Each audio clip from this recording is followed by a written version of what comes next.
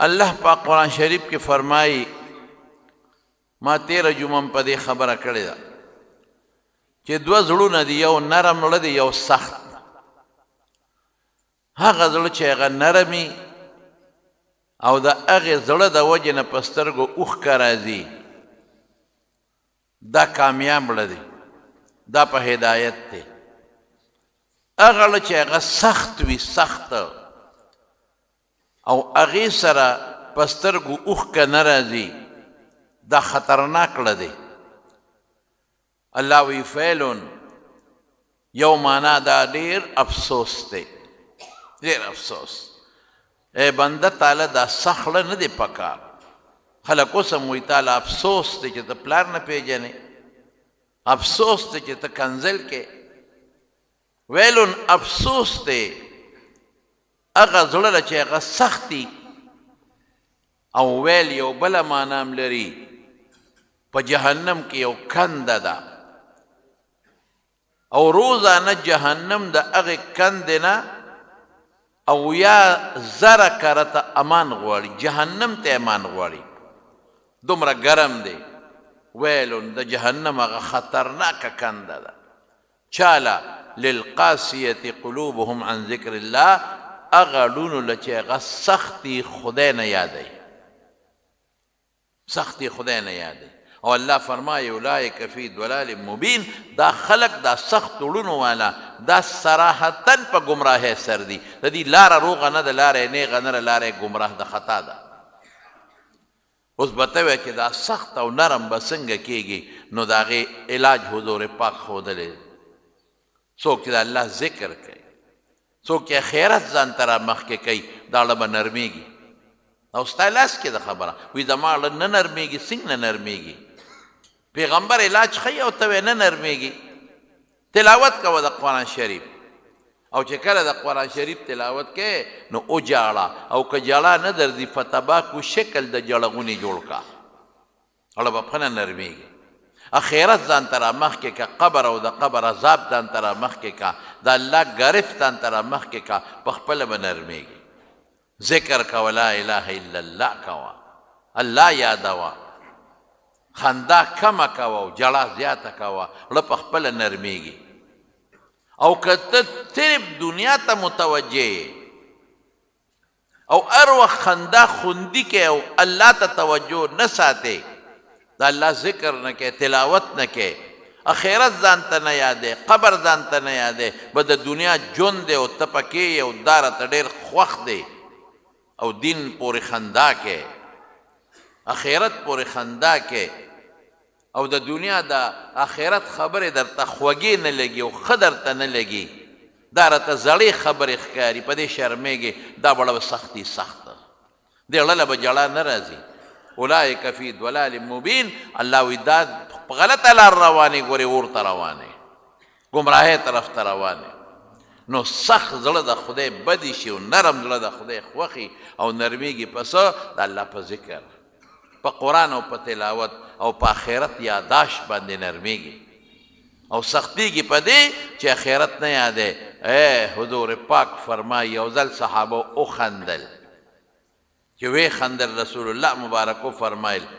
لو تعلمون ما اعلمو لضحکتم قلیلا ولبکیتم کثیرا. وی چې ما ته څه معلوم دی وغه تاسو ته معلوم شو، نو خندا به م کمه یو جړه به م ډېرې. او نن زمون خندا ډېره ده او جړه ډوشترې نه. کوم څیزونه چې حضور پاک لیدلی دي که هغه مونږ ولیدل، هغه مشاهدات کړي دي، هغه لیدل کړي دي، مونږ لیدل نه دي کړي، مونږ نه دي لیدلی. یو سړی چې په سترګو څه وویني یاره پرې راشي، او چې یو سړي په سترګو څه نه لیدلي یاره پرې نه راځي. که ډېر درته یو سړي وی سیلاب را روان دی او سیلاب دی، په ده پړه یاره نه راځي، خو چې دې وویني چې سیلاب راغی او زما د کور نه تو شو، نو بیا دې سامان زغلی، بیا یو خوا بل خوا منډې ترړې وی. نو حضور پاک فرمایي ارمان دا دی، څنګه ارمان دی چې ما څه لیدلی وی او تاسو لیدلی وی، جړه به ډېره وه، خندا به کمه وه. حضرت شعیب علیه السلام په پیغمبرانو کې د لوی درجې خاوند دی، او د حضرت موسی علیه السلام سخر دی، او مدین علاقه کې د پیغمبر او په مدین علاقه باندې خلکو ته د الله دین خاو بوډا سپینګیره چې جړه به ډېره زیاته کوله هر وخت به جړل پیغمبرانو ته نقشې ښکاري ما خو درته وي لکه سیلاب چې تا ته وښکاري نو بیا تا لم جړه راځي پیغمبرانو ته هر څه خدای ښیي ورته نو جړل به نو الله ورته فرشته راولېږل هغه ته تپوس کوي ما هذا البکا اے شعیب دا دومره جاړې ولې ما هذا البکا اشوقا الى الجنة او خوفا من النار جنت ته د شوق دی او که د دوزخ د اور نه یریږي سړی چې جاړي پسې جاړي په دې جاړي چې اور به راځي د دوزخ د هغې نه یریږي نو پیغمبر خو د اور نه محفوظ او پاک دی او بعضې وخت سړی په دې جاړي چې یخ خدایا جنت ته به ډېر شوق دی خو چې دا جنت به وګټم او که به ونه ګټم د پیغمبر خو کار ټول جنت دی اشوقا الى الجنة او خوفا من النار جنت ته د شوق دی او که د دوزخ نه یریږي په دې جاړي حضرت شعیب علیه السلام ورته وایي لا الله لا په دې نه جاړم چې جنت ته مې شوق دی په دې نه جاړم چې د دوزخ نه یریږي ولکن شوقا الى لقائک په دې پسې جاړم چې خدای ستا ملاقات مې نصیب شي نو الله ورته فرمایي جنت ته شوق کې دوزخ نه یریږم ویلا ولکن شوقا الى لقائک یا رب خدای جړه په څه راځي په دې راځي چې ستا ملاقات به کله راځي دې پسې جاړم ستا ملاقات پسې جاړم نو الله ورته فرمایي هنیئا لک لقائي یا شعیب اے شعیبه مبارک دی وي تعالی زما ملاقات هنیئا لک لقائي یا شعیب اے شعیبه زما ملاقات ته تعالی مبارکي اصل چیز دقه دی چې سړی په دې جړه کوي چې خدای درې خبرې شوې دوزخ ته به یا الله دوزخ نه مې بچ کا دوزخ نه یریږي یا په دې جاړي چې خدای جنت ته مې ډېر شوق دی وبرسېږم که نه خو د ټولو نه بهترینه جړه په څه ده هغه په دې ده چې الله تا سره ملاقات به نصیب شي که به نه شي حضرت ابوبکر صدیق رضی الله تعالی عنه چې کله بادشاه شو امیر المؤمنین شو خلیفة رسول الله صلی الله علیه وسلم او بل شان انسانو حضرت ابوبکر د حضور پاک سره چې د ده څومره مینه وه د پیغمبر د سره څومره مینه وه مثالي ده بادشاه یې نه وه خوښه په زور ور په غاړه شوه هغه وی عمر سره بیعت وکړې عمر وی دې خوا که لاس بیعت یې ورسره وکړو خلکو بیعت وکړو مسلمانانو چې څومره دي دقه دي چې پریشانۍ جوړې شوې د حضور پاک زمانه کې بعضې منافقینو هغې منافقینو څه قصې پسې جوړې کړې د مسلمانانو حکومت او سلطنت یې کم ځای خوښو چا د زکات نه انکار وکړو چا وی چې دا د حضور پاک زمانه کې و بیت المال تشو اوس ډک دی اوس زکات ته اړو ضرورت نشته چا یو څه چا بل څه بس د فورا د هغې خلاف جهاد شروع کړ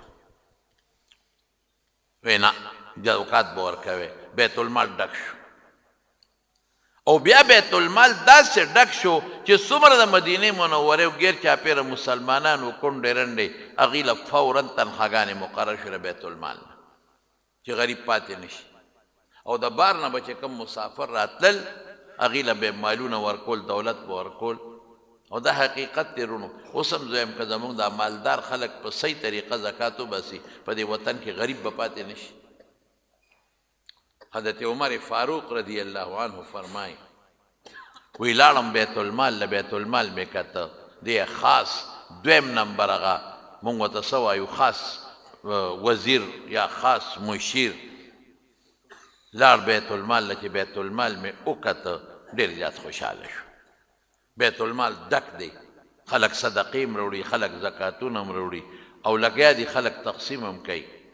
د بیت المال چې کوم ناظم الامور او سیکرټري مونږ ورته ناظم الامور وایو سیکرټري ورته وایو هغه نه مې تپوس وکړه چې څنګه چل دی مال خلکو ته په صحیح طریقه رسي وی او امیر المؤمنین دا وګوره دا لیست وګوره هغې کې د مدینې منورې چې څومره غریبانانو کونډې وې یتیمانانو د هغې نومونه لیکلی شوي یو زنانه وه چې د هغې نوم لیکلی شوی دی په خانه کې او ورته مخامخ لیکلی هم دي چې دا بیوه یعنې مونږ په اردو کې ورته بیوه وایو کونډه ده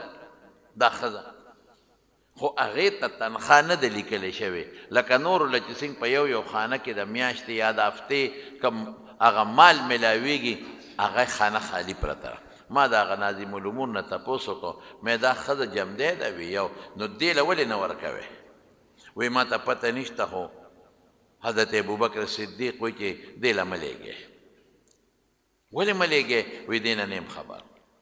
د هغه کتلی دا او دا د هغه حکم دی چې دې نورو له ورکوې دې کونډې له مه ورکوې حضرت عمر ویله کې مې سوچ وکړو چې حضرت ابوبکر خو زیاتې نه کوي خو څه چل شته څه وجه به یې خفه دی ته که څه مسله ده وی نوم مې هم د هغه ښځې معلوم کړو محله مې هم وله معلومه کړه ما وی زه ګورم معلومات کوم چې اخر ولې نه ورکوي او ځکه دې نه ورکوي زه به ولې د خپل طرف نه څه مقرر کړم چې دا کونډم ده خاوند یې مړ دی دره کې نه لګي دې له خو ضرور ورکول پکار دی محله مې معلومه کړه د هغې محلې ته ورغلم تپوس مې وکړو چې دلته د پلانکي مرحوم ښځه ده کونډه وی دا مخامخ کور یې دی چې زه ورغلم کور د دننه نه جرنده و ما اواز ورکړ ای فلانکې د فلانکې ښځې زما اواز اورې جواب راکړه ها وایه ما وی چې زه راغلی یم ستاسو ضرورت شته دې درته پوره کړم ما ته دروازه کولاو کړه وی ما ته وی چې بچې هر څوک چې زه خو دروازه نشم کولاولی زه خو معذور یم د کټ نه پاسم خو ډېر په تکلیف پاسم پاسېدی هم نشم د کټ نه نشم او چې پاسم هم ډېر په تکلیف پاسمه دروازه خو زه نشم کولاولی ما ته چل وښایه وی نه چل خو دا دی چې لاس به د بار نه راښکته کې دننه نه زنځیر دی کولاو به کې خو دا ده چې بچې څه له راغلې ما چې زه ستاسو خدمت وکړم وی زما خدمت ته ضرورت نشته زما ګاونډیان دي هغې روټۍ رالیږي ښه په ټیم راله روټۍ روړي راکوي راله زما ګاونډیان دي زما د جامو جوړو د هر څه هغوی بندوبست کوي غږ کوي او نور زما جت شته نه بچي مې نشته چې ګنې بچو له ورکړم رونه خویندې مې نشته خاوند مې مړ دی یو سر یم او ګاونډیان زما ډېر ښه خلک دی هغوی ماله برابر شی راکوي نور زما جت نشته وی د پوه شومه چې حضرت عمر حضرت ابوبکر صدیق رضی الله عنه د دې د بیت المال نه تنخوا یا وظیفه بنده کړې ده په دې وجه بنده کړې ده چې دا به دا ښځه وایي چې مه راوړه نه ده ځکه ګزاره روانه ده ما وی ښه نو که څه ضرورت دي زه راغلم وی بچې یو ضرورت مې شته یو کس راځي هغې پوره کوي خو خیر یو کس دا ضرورت کله انسان دی جوړ ناجوړه نشي پوره کولی یو ضرورت مې شته مه یې راته وایه وی بس داسې ده چې زما دا کور کچه دی نو دې کې دا خاورې راغورځېږي دا ځمکه مې د خاورو ډکې دوړې پکې د دې صفۍ راله پکار ده زه نشم کولی او دویم دا بیا دوړې وي نو چې دا راله څوک چلقو کوي او صفه اوبه راله پکار دي چې ماله دا منګي څوک را ډکوي وی ما چې بلکل دا خدمت به زه کوم اوس زه درننه وځم چې دا کار وکړم وی نه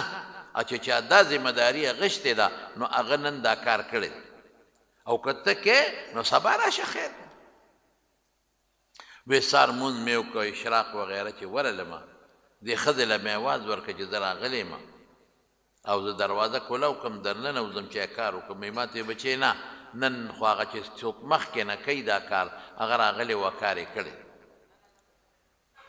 ما یې دا خو ډېر ښه سړی دی چې وختي دونه راغلی سار د اشراق نه مخکې ورغلم بیا مې اواز ورکړی کونډې یې فلان کې زه راغلی یم پرونې کس یم چې ستا دا خدمت وکړم وایي ما ته بچې هغه چې کوم کس یې کوي نن وختي راغلی دا کار یې کړی یا خدای پاکه بس ما وی هر څوک چې دی څوک نیک بنده دی د خدای او دی د شپې راځي او د دې کونډې خدمت کوي د ریاکارۍ نه ځان ساتي چې څوک مې ویني نه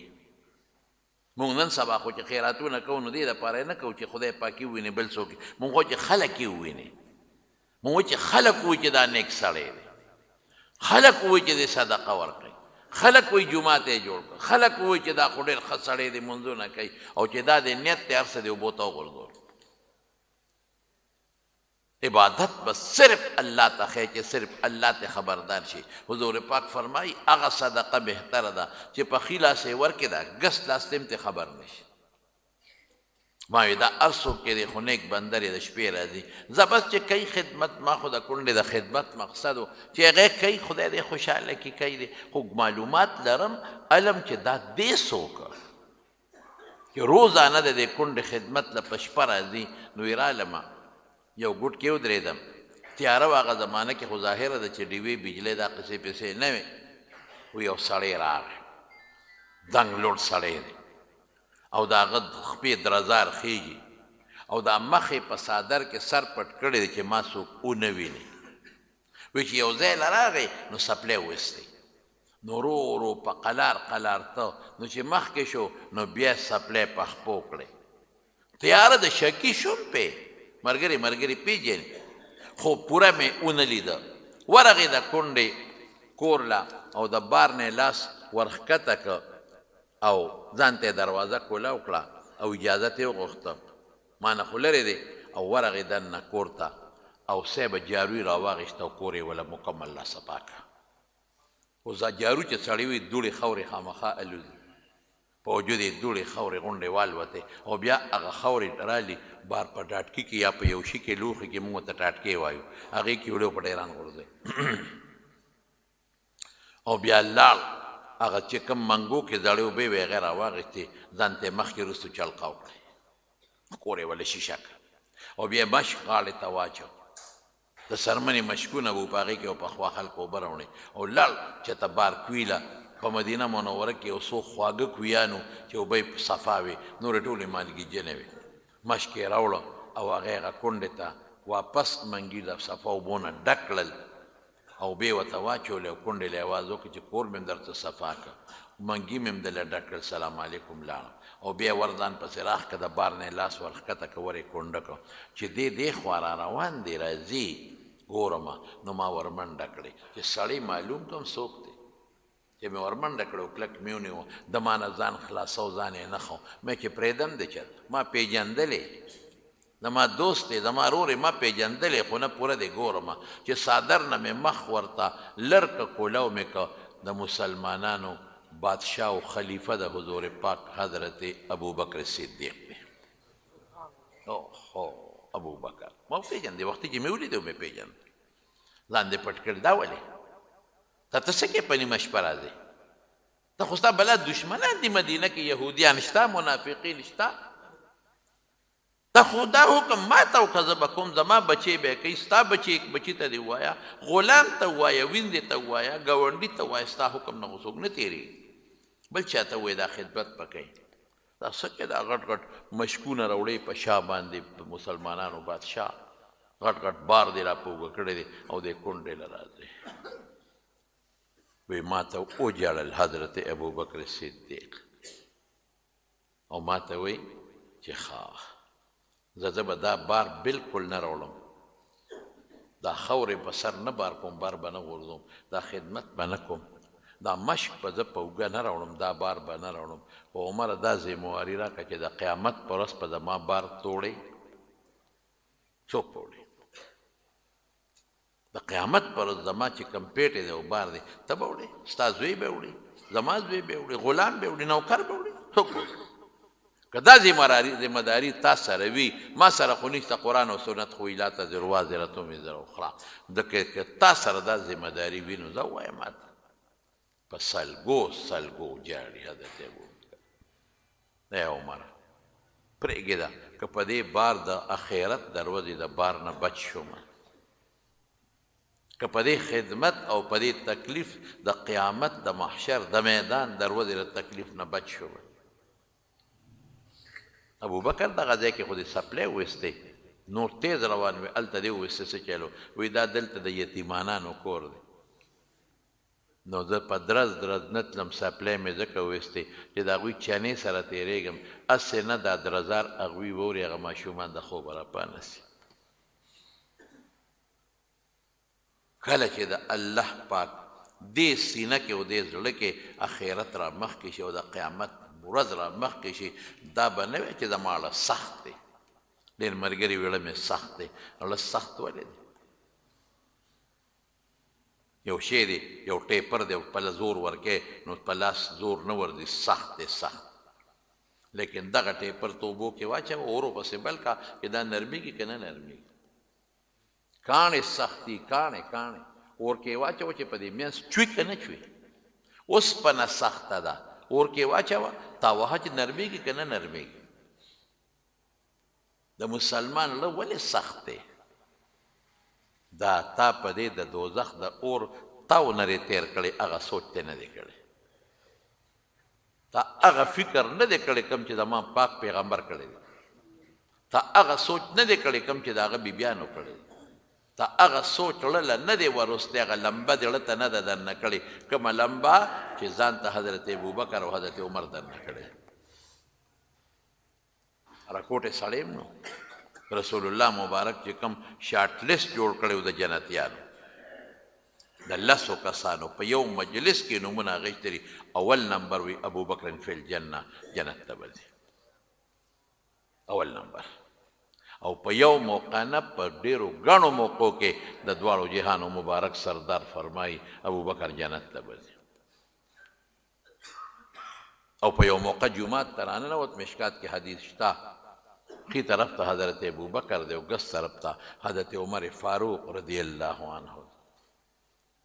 ابوبکر یې په دې ښي لاس داسې ونیو او حضرت عمر یې په دې ګس لاس داسې ونیو او صحابو ته داسې مخ کړی دا عجیبه خبره ده صحابو ته مخ کړي او سوی وی هاکذا نبعث یوم القیامت قیامت پر ورځ به موږ د قبرونو نه دقسې پاسو دا پیشنګویي شوه چې ما سره به دواړه یو ځای ښخېږي او فرمایي حضور پاک د دنیا مې ابوبکر او عمر وزیران دي او په آخرت کې مې وزیران دي په وزیر د بنده اعتمادي مشورې ورسره کوي با اعتمادي یاره څونه غالبه ده پیغمبر له خو هېڅ هم نشته ولې حضور پاک ژړل حضرت شعیب خو پیغمبر دی ولې ژړل حضرت داود علیه السلام په خدای قسم دومره جړه کړې ده چې علما وایي آدم علیه السلام پسې دویم نمبر جړه داود علیه السلام کړې او دواړو جهانو سردار فرمایي کان اعبد البشر په ټولو بندګانو کې عبادت گزار داود علیه السلام پیغمبر دی پیغمبر له جنت دی بیا هم جاړي اخرت را مخکې که ته ګورې چې له نرمېږي که نه نرمېږي ټول عمر ستا خندا ده او خړتې دی او ګپ دی او شپ دی او چې پاسې دنیا ده او کاروبار دی او ماسپښین دنیا ده او کاروبار دی او ماښام او ماسخوتن دنیا ده او کاروبار دی او د شپې د کاروبار سوچونه دي او میټینګونه دي او دوستان دي او هغوی سره ټول هم دقه خبره تاسو نه وګټلې او ما څونه وګټلې تاسو نه موټرې واغېستې لکه کم نمبر ماډل دی ورېږه ما خو د هغې نه ښه ماډل پیدا کړو دا ماډل دی کم دی اغېستې ورې دې نه ښه پکار دی کارخانه ده ورېږه دې نه غټه پکار ده څونه ګټې څونه ګټم ټول زندګي دې تېره شوه په دې څیزونو کې او ناګانه پړق خېټه به دې وچوي او قر به له به لاړ شي دا کارخانې او دا ماډلې او دا بنګلې به دنه ټولې دقسې پاتې شي زه خو دا نه ویم چې ګناه ده اله صحابو به اوښان اغېستل ښه اعلی اوښان اعلی اسونه به یې اغېستل ته موټر اعلی والا هغې ځمکې نه دي اغېستې مونږ خو دا نه وایو چې ځمکې ماله ولې صحابو ځمکې نه د حضرت عثمان ځمکه نه وه د حضرت زبیر نه وه 6 کروڑه درهم د حضرت زبیر نه پاتې شو قرضونه هم خلاص کړل وصیتونه هم ورکړل 6 کروڑه درهم پاتې شو دا پیسې دا نه دا دم غلط سوچ دی چې مه ګټه او دنیا کاروبار مه کوه مه ګټه او دنیا کاروبار ولې جومات ګوټ کې به ناست دی بچي به دې څه خوري تجارت کوه تکړه شه ګټه کوه صحابه وکړل عبدالرحمن ابن عوف دونه پیسې ورسره چې پخوا د روپۍ به وي نو به زنګ کېدی نو اوښان به یې پرې ګرځول چې صفا شي دا خو د پیغمبر مخکې ورخوا ولې تبوک په غذا کې چې د 200 لښکر سامان او حضرت ابوبکر راوړو حواله کړو اوښان او ارس او کتې او ارس یې راوړل د حضور پاک ورته دا ویلي چې دونه مال دې ولې ګټلی کم ځای دې ګټلی دا خو د هغه مخکې په خپله د دواړو جهانو مبارک سردار په صحابو ځمکې ویشلي بنو نذیر علاقه فتح شوه بنو قریظه فتح شوه خیبر فتح شوه هغه ځمکې ټولې په صحابو تقسیم کې واخلئ خو د جربونو نه وي خو بله ستا د خانانو هغه ځمکې نشته لکه څومره چې هغه وي خامدنونه یې کول دغه د کجورې به یې کولې باغونه و پکې زه اوس هم تللی وم په دې ربیع الاول کې د خیبر علاقې باندې تېر شوم دومره باغونه دي چې حیران بشي د کجورو دا ټول حضور پاک په صحابو تقسیم کړل غنیمتونه برالل تقسیم بیا کړل واله غنیمتونه یو صحابي وي حضور پاک لمې دغه یې وړل دا تره ورته موږ وایو دا کدو په شان پخوا زموږ د وطن کې کېدی اوس نه کېږي امې وله ورکې یو څو ټوکړې مې وله یوړې د ډوډۍ امې ورته مخکې کېښودې وی موټې ډک چا سره زر راوړي سره زر پراتو موټې ډک او مال هغه کالي راکړل چې دا وایي موټې چې ډک کې د کیلو نه هم زیات دی جوړوي مال بل طرف ته به نه ځې مال ګټل په حلاله ټیک ګټه نیت سوچ ټیک کوه حرامه مه ګټه لګوه په صحیح ځای کې په غلط ځای کې په ډمانو مه لګوه زه خو صدقه کوم جومات کې 1,000 روپۍ ورکړو په ډمانو 1,00,000 روپۍ ډوډۍ ولې هغې ته الله نه ګوري مولیان خلک د ګټې نه منې کوي مولیان په خپله کوي نو تا ولې منې کوي مولیان خلک د تجارت نه منې کوي مولا په خپله تجارت کې تا ولې منې کوي پیغمبر نه یې منې کړي مولا څه مجال دی چې تا به منې کړي مولا خلک د جبې د مال نه منې کوي پیغمبر نه یې منې کړي مولا دې ولې منې کوي الزامات فضول مونږ وایو ګټه خدای مه یېروه رجال لا تلهیهم تجارة ولا بیع عن ذکر الله خدای مه یېروه مانځه وخت شي منډه وه ماسپښین مانځه نه لږ مخکې د یو 10 منټه مخکې دا یو 4 رکعته نفل هم کوه ورسره د شپې لږ پاسه الله ته جاړه ته ګوره چې د مال کې به نور هم برکت سکون او اطمینان وي نو مونږ وایي زړه سخت دی صاحبه سخت دی جړه نه راځي نو ته خو اخرت را مخکې کړه چې درځي که نه درځي جړه ولې نه راځي ټول عمر پیسه ده او دولت دی او کارخانه ده او د دې نه زیاتې او د هغې نه زیاتې او د هغې نه زیاتې او چې څوک د دین خبرې تبلیغ والا راشي او 15 منټه رسره کوي نه دین خبرې کوي په تنګې استاد جي سره راغلی هله استاد جي زر خبره کوه څوک راشي د مدرسې چنده ده نه غواړي نو تندې دې ورته راتریو کړي هلکه ته خو کروړپتي یې اربپتي یې لکپتي یې نو که یو 2000 روپۍ مدرسې له ورکړې څه کفر در باندې راځي دقل سړه سخت شي زړه نرم کا غریب راغی سو الله دا لرې کوه لرې کوه ورکوه دا پسې نرمېږي غریب فقیر هله بچی راشي کښېنه دلته کښېنه او پیالې چې وله وشه بس راوباسه د جیب نه یو 50 روپۍ څه کېږي په 50 ته مرې په 100 روپۍ مرې که بچي دې پرې نارېږي ورکوله الله به خوشحاله شي زړه په خپله نرم شي جومات له څوک راغی چنده غواړي مدرسې له او شکر وباسه چې زه دومره شوم چې زما در له څوک راغلی او ما نه مدرسې او جومات له پیسې غواړي مولانا صاحب کښېنه شابه هله پیالې چې ووایه زه چې څه دې وسه کېږي ورکه نه کېږي وایي زه به بیا ما ته پته وښایه زه به بیا درولېږم خفه نه شي دا کبر مونږ وخوړ کبر د تکبر مونږ غر کړو دماغو کې زمونږ د کبر غر پروت دی غر نه خدای ته توجه شته دا نه وایو چې دا هر څه خدای راکړي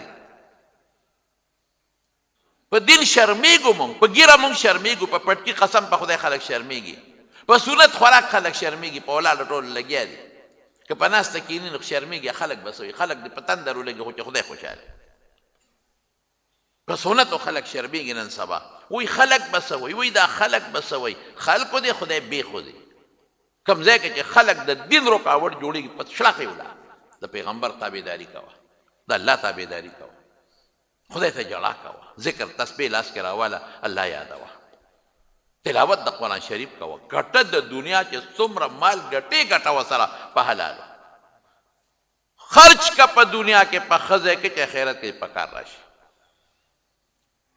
نو زما وروڼو خبره مې دې پورې کول هغه حضرت ابوبکر وایي زما پیټې به ته قیامت پر ورځ یوسې ته دا پیټې ځان ته رامخکې کړه چې تا له جړه راځي که ته ای حضرت عمر رضی الله عنه اوهو حضور پاک ته څونه خوښه او څونه نږدې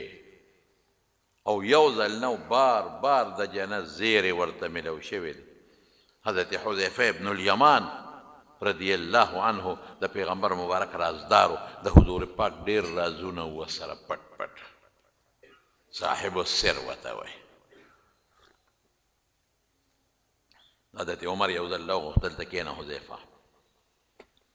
تا ته حضور پاک ډېرې پټې پټې خبرې کړې دي او ډېر رازونه یې در سره دي. وی او امیر المؤمنین وی منافقین یې درته ښولي دي؟ وی او امیر المؤمنین یو یو یې راته ښولې پلانکې منافق پلانکې پلانکې پلانکې پلانکې منافق دی راته ښولي دي. زړه کې مې د هغه منافقینو فلیسٹ پروت دی فهرست پروت دی ټول معلوم دی خو ګوره امیر المؤمنین درته یې ښولی نه شم ویرېده. اشه عمر ته وښایه چې دا منافقین دی هسې نه توره راوالي او ډس پې شروع کړي او جذباتي وو غوسه ناک وو د دین دپاره. امیر المؤمنین نشم ښودلی درته خفه کېږم نشم. وی نه نه نه ما ته مه ښایه چې تا سره د پیغمبر راز دی نو د حضور پاک راز خو به نه پاش کېنې دی نه زه غواړم خو ته یو کار وکړه حذیفه دغه منافقین چې تا ته حضور پاک ښودلي دي یو نظر پرې واچوه چې د عمر نوم پکې شته او که پکې نشته دې ته یاره وایي. او په سلګو په جړا شو په سلګو په جړا شو. حضرت ابوبکر صدیق راغی حضرت حنظله له حضرت حنظله رضی الله عنه په لاره روانو او چغې به یې ولې نافق حنظله نافق حنظله نافق حنظله حنظله ګډوډ شوی دی دې زمانه کو حنظله ګډوډ شوی دی. ابوبکر مخې له ورغې حنظله څه چغې وې؟ یاره وی ابوبکر چې د پیغمبر په مجلس کې ناست یو نو داسې راته جنت ښکاري او دوزخ لکه چې په سترګو یې وینو داسې مړه کې پراته به حالت بدلی نه ښځې یادي نه بچي یادي نه دنیا یادی بس جنت او دوزخ په دې سترګو راته بس مخامخ بس داسې ده لکه چې ښکاري. او چې کله د حضور پاک د مجلس نه بار وځو نو بیا ښځو سره او بچو سره یو ځای شو نو بیا هم هغه حالت نی کوم چې د حضور پاک سره حالت. نو دا خو زیمه چې دا خو نفاق دی. یو وخت کې د جنت یاد دی کور دی نه دی یاد هلته د دوزخ یاد دی کور دی نه دی یاد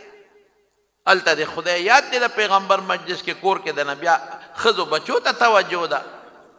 ابوبکر وی و انا وجدت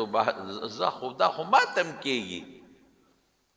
واقعي موږ چې حضور پاک مجلس کې ناست یو نو بیا حالت بدلی بس ابناء الاخرت یو چې بس آخرت والا یو او چې کور ته لاړ شو ابناء دنیا بس بیا دنیا سره. راځه د حضور پاک نه تپوس که رسول الله مبارک له ورغه کېناستو مقه چغې وویله نافقه حنظله حنظله ګډوډ دی.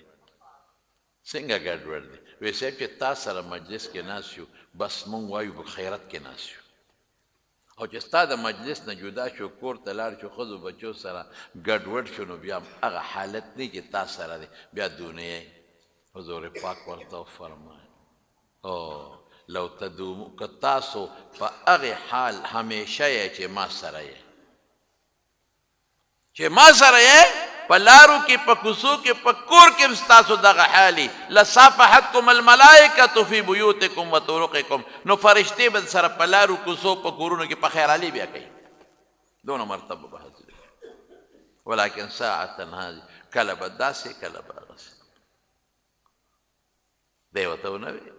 دی ونه وی چې نه ښځې له به ځې نو ښځه به راته یادي بیا به د نه هغه وخت لږ پیو پوټی خیرت هېر شي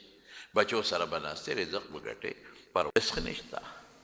دا خو د دنیا ژوند دی یارانو دوستانو سره به ناستم کې غم خادي به هم کې بچو له به روزي هم ګټې کاروبار له به هم ځې نوکرۍ له به هم ځې ښکلې جامه به مچې. یو صحابي حضور پاک ته فرمایي وایي ما ته خو دا خوښېږي چې زما د پیزار هم خشتی او زما د جامه هم خشتی دا کبر دی؟ وی نه نه نه دا خو کبر نه دی. ان الله جمیل یحب الجمال خدای ډولې دی او ډول یې خوښي ښه جامه اچوه. دا مې دې پورې وي د مارونو ان الله جمیل یحب الجمال الله ښکلی دی خشته دی حسن یې خوښ دی ډول یې خوښ جامه دې خشته اچوه. ګوره د شریعت په دې ټولو خبرو نظر مه کوه. شریعت کې تنګ نظري نشته ښکلې پیزار اچوه، خشته ژوند تېروه، ښکلې خوراک کوه، خشته ژوند تېروه. تکبر څه شی دی؟ بل ته سپک کتل، چې ښه جامه دې واچوله او ځان داسې د بل نه لوی حساب او بل غریب دی چې ده خو نشته او زما خو شته. په دغه ښکلې پیزار او ښکلې جامه په داسې طریقه فخر کول چې بل درته سپک ښکاره شي، دا بیا ګناه ده. موټر کې ګرځه، ښکلې موټر ځان له واله او پکې ګرځه، خو چې دا نه چې خو زما ګاونډي دی خریب نشته او زما خو شته، او دا بل بیکاره موټر دی زما خو غټ دی، دا اوس تکبر شو. د زما وروڼو خبره مې دې پورې کوله چې دا نه چې ټول عمر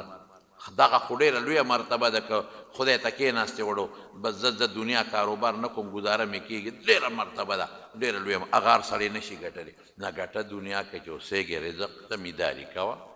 ګوډچاري کوه، تجارت کوه، مزدوري کوه، نوکرۍ لځه، خو الله مه هېروه، الله یاد ساته، الله ته ژړا کوه، الله ته زاري کوه. حضرت عثمان رضی الله عنه واقع مې راته اوس ذکر کړه، څونه مالدار،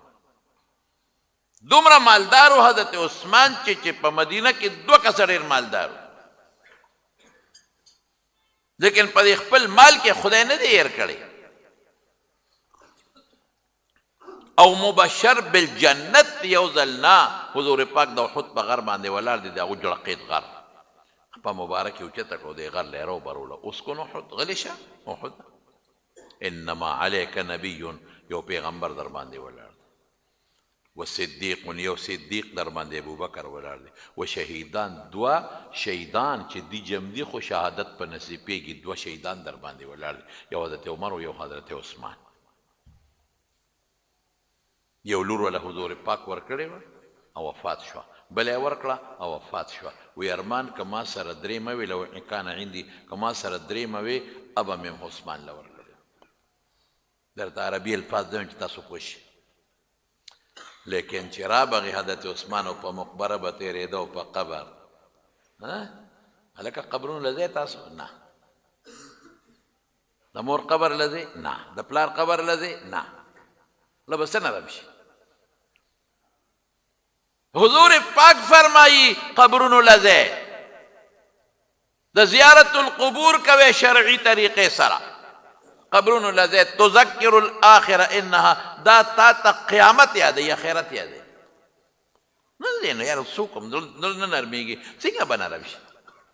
ته لاړ شه د پلار قبر له، هلته لږه دعا ورته وکړه، لږ تلاوت وکړه، ثواب ورته وبخه، سلام پرې واچوه، کښېنه،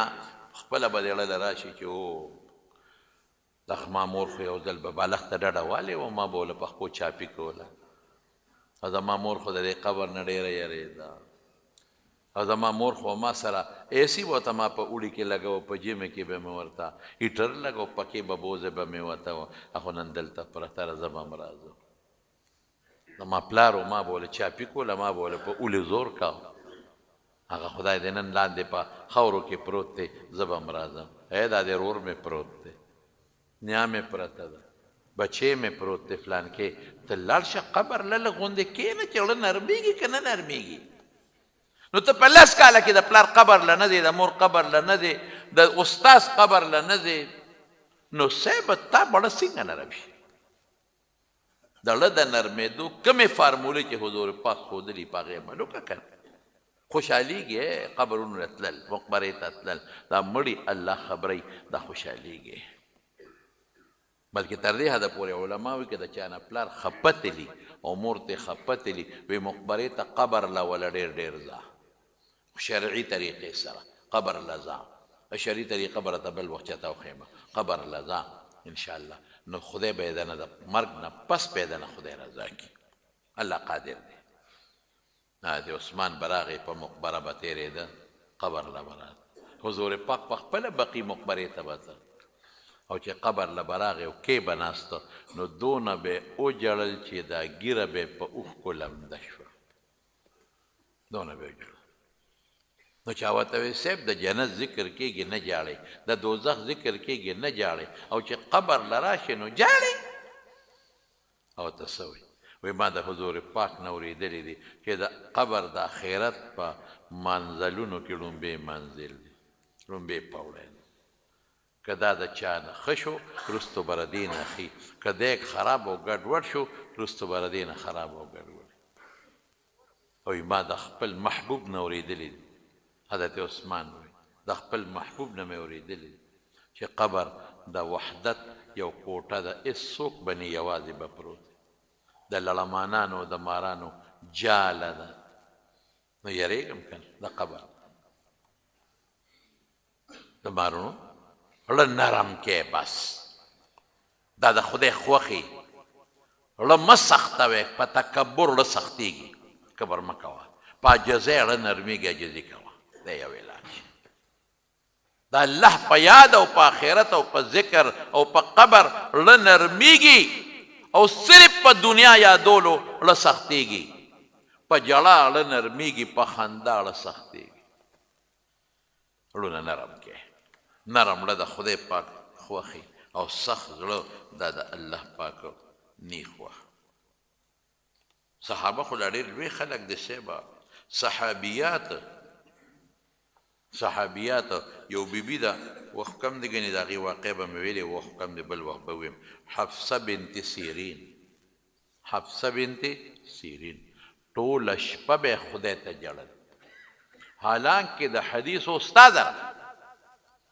زمونږ په کتابونو کې دا چې څومره نن علما وینئ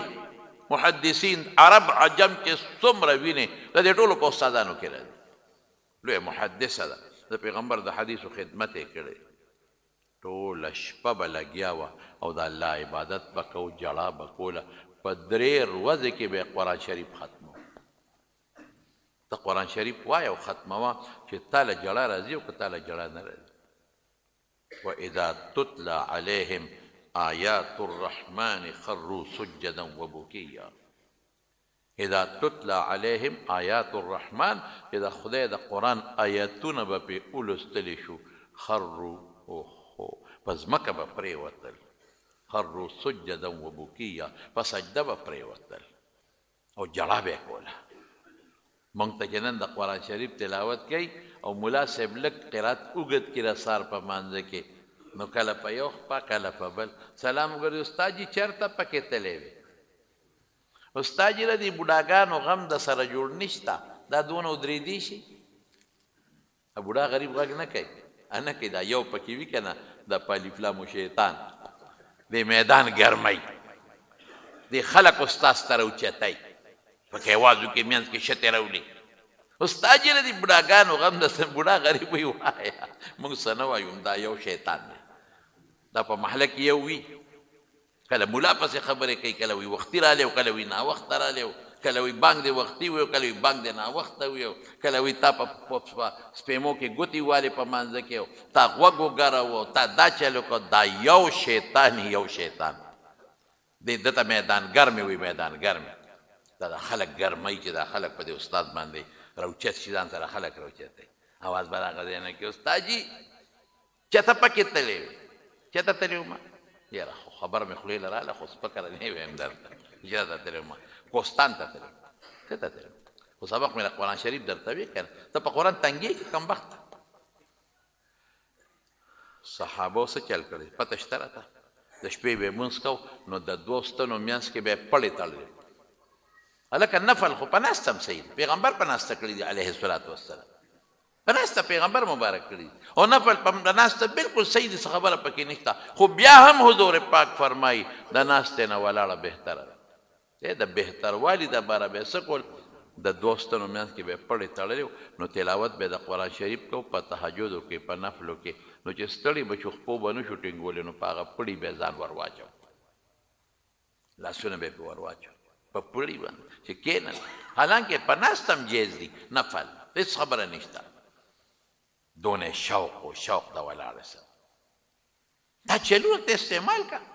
چې تا له جړه راځي او که تا له جړه نه راځي او اخیري به درته ده ویم د جړا برکت اخیري بدر کې مسلمانان څومره وو او کافر څومره تقریبا 1000 نیم سوه خو خیر مونږ زر یادو 1000 کسان کافر مسلمانان څو 313 کافرو سره ټولو سره تورې وي مسلح ورته وایي مسلمانانو سره 8 تورې هلکه د زرو تورو 8 مقابله کولی شي نه کافرو سره 900 اوښان دي 900 مسلمانانو سره 80 دي کافرانو سره 80 اسونه دي مسلمانانو سره 2 دي اغي سره زر توري مسلمانانو سره 8 نو پاتره زر تورو مقابله سو کولی شي د کجورو په ډاک د توري مقابله کی نو حضور پاک حضرت علما لیکي چې الته ولا په بدر کې او سفر جوړ کړو د لرګو د سانګو عربی کې عریش وته اوس عملته جمعه ته جمعه ته مسجد عریش وي دا سفر لاندې صحابه یې مونږ خوبونه وکړل او حضور پاک ټوله شپه الله ته جړه وکړه د جړه برکت و نو ودرېده په ولاړه لګیا دی په سر مبارک صادر دی او جاړي او سوي اللهم هؤلاء حفاة خدایا زما د مرګري صحابه خپې بلې خپې دي سپلیم نشته اکثریت پکې سپلیم نه او خپې بلې خپې مزل آسان کار عوراتون پروردگار بربند دا چې صرف عورتونه پټ دي کمیسونه هم نشته جیاعون اوږي دي اوږې ډوډۍ هم نشته الله اوږي دي بربند دي پروردگارا خپې بلې خپې دي سپلیم نشته خرجوا فی سبیلک تعالی روتی دي پروردگار ستا په لار کې اللهم او ان تهلك هذه العصابه کدا ډل هلاک شي لم تعبد الى يوم القيامه قیامت پورې بستا عبادت بیا سوکونه کی عقل کم دی وی چې 313 دو تور اتو تور باندې زرو مقابله وشي هغه شوق کې راغلی وبترن قرآن شریف کې الله فرمایي لیکن الله پاک حضرت ابوبکر ورغه د حضور پاک نه صادر پرې وته غیب چت په پسرې وته واچو حسبک یا رسول الله بس نور ما جړه مکو بس چې مړ دي شو جنت ته بلار شو هیڅ خبره نشته الله پاک فورا آیت راولي کې سيهزم الجمع ويولون الدبر او 1000 فرشتي ولا خدای راولي ګلي زر 1500 جبريل عليه السلام او 1500 میکائیل عليه السلام دا زر کافران په خدای ذلیل کړل او یته مردار کړل او یته لاسبن اوتلو مکی مدینه ته بوتل بس خدای ته رجوع جړه دا قیمت شي دی نو د دنیا ژوند دی ختمې دوه ولا تیرې دوه ولا پته نشته چې موږ په کله ورزو د چې د پلا رزم کنه او دا مقبره کې مړی رواني په دې سړک کې زم مړی رواني دعا متو کوم تلاوت کوم ثواب هم ورو بخمر سوق چې په خبر کې نو خار یو دی بل نو دې مرګرو ته ورغه په بچو نیولې دی ورغه کان اوس په قبر کې کېږي چې سبا سره کېږي نو مارون لکه معمولی جړه کوي خدای ته بس لکه سختي مکوي لکه خیرت یادوي دنیا ګټه او خدای وسره مې راوي الله مې راوي لکه ذکر کوي تلاوت د قرآن شریف کوي د شپې لک پاسه الله ته یو 2 رکعات کوي نفل کوي جمعه ته لک په وخت راځي د مرګرو غب شپ او د فیسبوکونه او د میبایلو زموږ زندگی تباہ او برباد کړه د دې نه پټې ځان ساتي الله یې زموږ په لکه نرمي پیدا کړي او رب العالمین دې زموږ نه راضي شي خدای یو څو کسان مړي شوي دي یو خو زموږ د بادر خیلو د کندې سبحان الله زوی وفات شوی دی پرون نوجوانه لکه بله ورځ نوجوان الله دې مغفرت نصیب کړي واقعي غټه صدمه ده وړه صدمه ده او نوجوانه لکه قابله مو او وفات شوی دی الله دې مور او پلار له صبر ورکړي ټول خاندان له او الله یې د آخرت خوشحالۍ نصیب کړي او د موږ د بدر خیلو د کندې د شفیق ډاکټر د هغې مور وفات شوې وه الله دې وبخي او الله یې د آخرت خوشحالۍ نصیب کړي الله دې ټولو وارثانو له صبر ورکړي او د ملکانو د کندې د ریاض خان د هغې والده وفات شوې وه الله دې وبخي الله یې د آخرت خوشحالۍ نصیب کړي او الله تعالی دې په قبر باندې انوار نازل کړي قاسم خیلو د کندې کې رحمت الله وفات شوی دی الله دې وبخي او الله یې د آخرت خوشحالۍ نصیب کړي د چارباغ د ډاکټر سیار ډاکټر وندار الله دې وبخي او الله یې د آخرت خوشحالۍ نصیب کړي الله دې وارثانو له صبر ورکړي د مؤمن آباد ښه نیادري الله دې وبخي او الله یې د آخرت خوشحالۍ نصیب کړي د یو ډاکټره ده د امتحان کامیابۍ له دعا غواړي الله دې ولا امتحان کې کامیابي ورکړي او بیماران دي دعاګانې غواړي الله دې دعاګانې قبول کړي او زمونږ ایوب خان د هېډ د هغې یو ملګری عبدالرحیم مرزا صاحب څه مشکلات یې دي الله دې مشکلات په خیر او په خوشحالو بدلې کړي او همایون صاحب دې زمونږ د هغه ایوب خان دي د ترور زوی دی د هغې والده بیماره ده الله دې ولا روغ صحت ورکړي او الله دې ولا شفا ورکړي دی وی زمونږ امام صاحب په رکوع او سجده کې اکثر 14 دله تسبیحات وی او کله قاعده کې ډېر زیات وخت لګي د ثنا او فاتحې منځ کې هم ډېر زیات وخت چپي در حقیقت امام له پکار دی بهتره دا ده چې 3 دله تسبیحات وی 3 دله تسبیحات زیات نه وی امام او دقه رنګې ډېر زیات وخت نه لګي رسول الله مبارک هم فرمایي چې امام سره که قوم راضي دي خو ډېره ښه ده خو که قوم ورسره راضي نه دی نو په دې کې ضعیفان هم شته په دې کې بیماران هم شته په دې کې ماشومان هم شته نو بیا فلیخفف امام دې تخفیف کوي خو چې کوم سنت مرتبه هغې نه تخفیف به نه کوي سنت به پوره کوي او که قوم سره خوشحالي متفقي نو بیا چې څونه اوږدی نو هغه هم زده کولی شي دعا وکړئ حاجي د رور او مور عمرې له روان دي دعا ورته وکړئ چې الله تعالی په خیر بوځي او دته هم دعا وکړئ چې الله نارینه اولاد وله ورکړي دا کوم مردګانو چې ما نومونه واخیستل ښه او ریشه یېره مې شوه دا خو ضروري خبره وه خله چې یاده دې کړه سبا نه بله ورځ د اتوار په ورځ زمونږ د یوسف احمد مولوي صاحب د مدرسه کې دستاربندي ده د مشکات شریف سبا نه بله ورځ هغه مدرسه به تاسو ته معلومه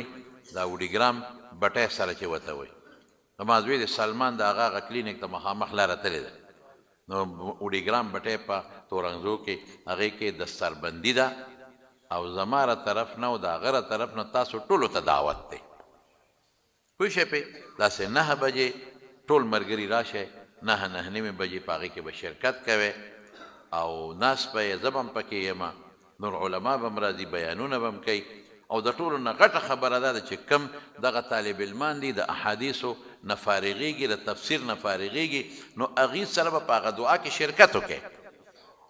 او بیا به هله راځئ چې روټۍ به خورئ د روډۍ بندوبست به تاسو له کېږي انشاءالله العزیز هغه روډۍ به هم برکتي وي انشاءالله نو بیا به روټۍ خورئ